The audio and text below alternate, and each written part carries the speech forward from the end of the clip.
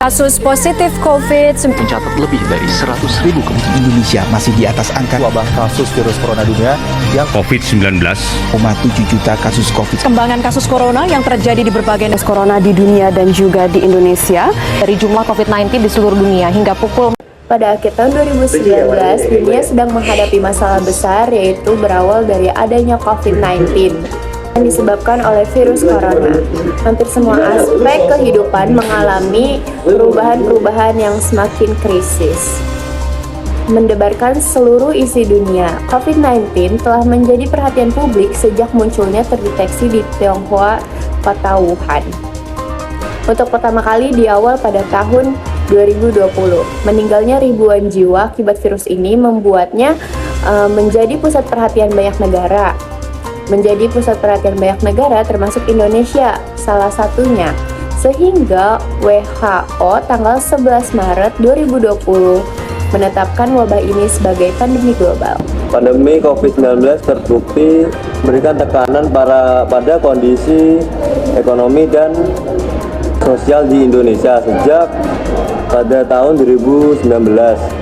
Dampak ekonomi berdampak luas di seluruh wilayah di Indonesia. Perekonomian masing-masing daerah terancam, ditambah dengan kondisi daerah yang semakin buruk.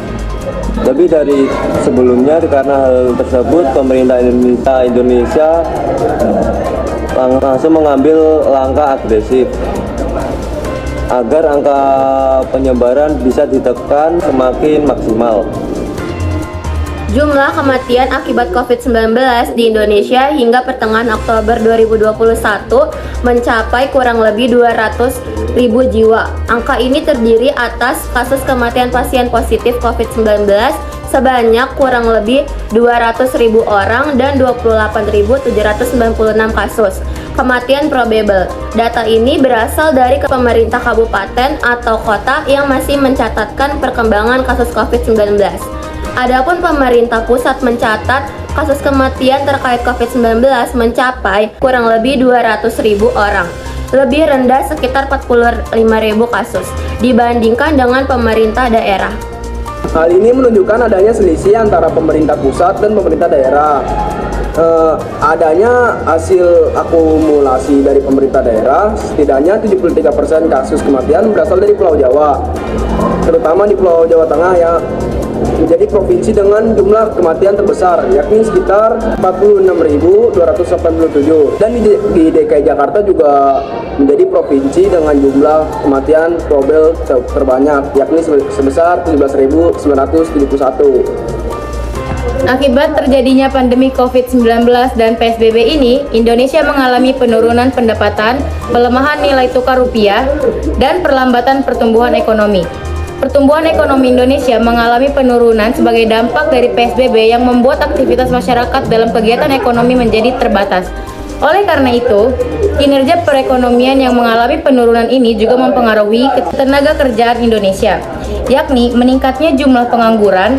Dampak pandemi COVID-19 berimbas pada semua sektor ekonomi seperti sektor pariwisata, sektor rumah tangga, sektor UMKM, sektor keuangan, dan sebagainya.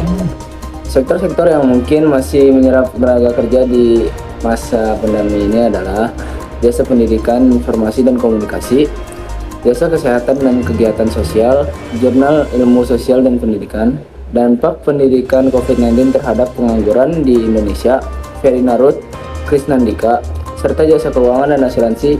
Sedangkan menurut Bappenas, Badan Perencanaan Pembangunan Nasional, tahun 2020, sektor yang akan banyak kehilangan pekerjaan adalah sektor perdagangan, manufaktur, konstruksi, dan akomodasi. Assalamualaikum warahmatullahi wabarakatuh. Saya Rika Putra Ditya akan mewawancarai dengan Bapak siapa? Bapak Alia. Tentang itu ya, COVID-19. Baik, langsung ke pertanyaan pertama. Menurut Bapak, bagaimana pandemi COVID-19 mempengaruhi penjualan Bapak secara keseluruhan? Berdagang berarti ya? Iya. Berdagang memang ada pengaruhnya ya. COVID membawa pengaruh pada usaha gitu. Karena sebagian pelanggan pulang kampung ya, atau tidak bisa belanja gitu kan, mereka biasanya lebih baik memasak sendiri, walaupun kebanyakan memang orang-orang bekerja ya, tapi mereka lebih baik membuat makanan sendiri di rumah. Di samping memang sebagian orang pulang ya, karena sedikit pelanggannya gitu. Kan nggak boleh keluar juga tuh. Iya. Baik, yang kedua, strategi apa yang Bapak terapkan untuk mempertahankan bisnis selama pandemi? Kalau strategi ya, kelihatannya namanya pedagang biasa ya, pedagang biasa aja, jadi tidak ada strategi, jadi buka seperti biasanya aja begitu. Tetapi ya alhamdulillah namanya kita dagang ya, sedikit banyaknya walaupun berkurang gitu, sampai sekarang masih terus bisa berjalan ya, itu aja.